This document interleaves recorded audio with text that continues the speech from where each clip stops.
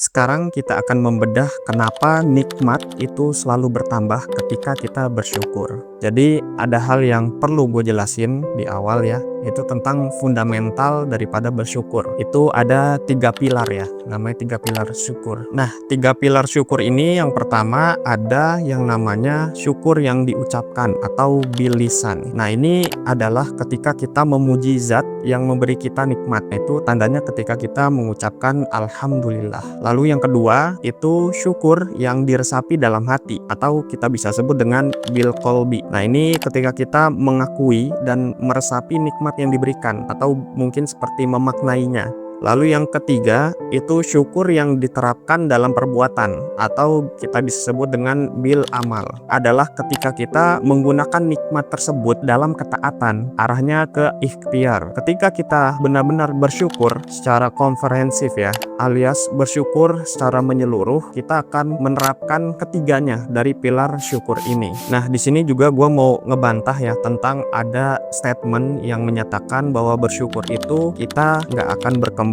dan gak akan maju. Nah, ini salah besar. Ketika kita sudah bersyukur secara komprehensif tadi, secara menyeluruh, otomatis kita akan bisa terus berkembang dan terus maju ketika kita benar-benar bersyukur. Di sini akan gue jelasin kenapa. Seperti di video gue sebelumnya, gue mengutip salah satu poin di buku The 5 AM Club karyanya Robin Sharma ya. Ada yang namanya 4 kerajaan batin. Yang pertama itu pola pikir, yakni psikologi. Lalu yang kedua ada pola hati, yakni emosional. Lalu yang ketiga ada pola jiwa atau spiritual, dan yang terakhir itu ada pola kesehatan atau fisik. Nah, rasa syukur itu akan mengisi keempat kerajaan batin ini. Pola pikir itu adalah bagian dari bil qalbi. Bil qalbi ini merupakan akal dan kesadaran, yang mana kita akan mengubah fokus dari apa yang kurang itu menjadi apa yang bisa dimaksimalkan. Nah, lalu yang kedua itu pola hati, ini juga sama, ini bagian dari bil qalbi. Bil qalbi yang dimaksud di sini adalah rasa dan penerimaan. Jadi kita tuh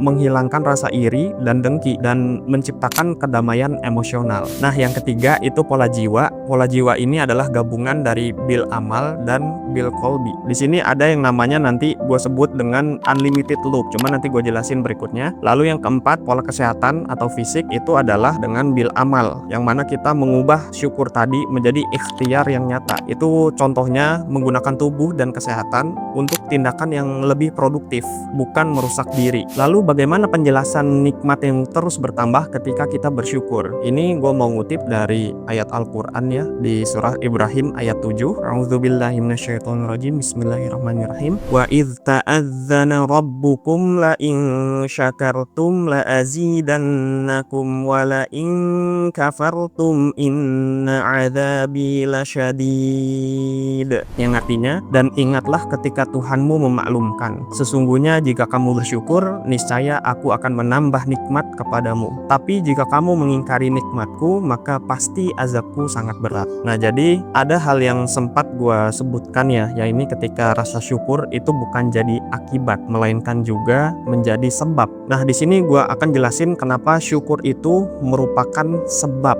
di awal, bukan cuma akibat di akhir. Jadi kita kan tahunya kalau syukur itu adanya ketika kita sudah melakukan sesuatu, lalu kita mensyukuri suatu tersebut yang sebelumnya sudah terjadi. Nah, itu makanya kita sebut akibat ya. Cuma di sini gue mencetuskan ada yang namanya syukur itu merupakan sebab terjadinya sesuatu atau akan jadi jembatan. Jadi kita nggak berhenti di akhir aja, melainkan syukur itu akan terus berkelanjutan. Seperti kita tahu, hidup itu adalah proses. Itu serangkaian dari aktivitas dan banyaknya keputusan.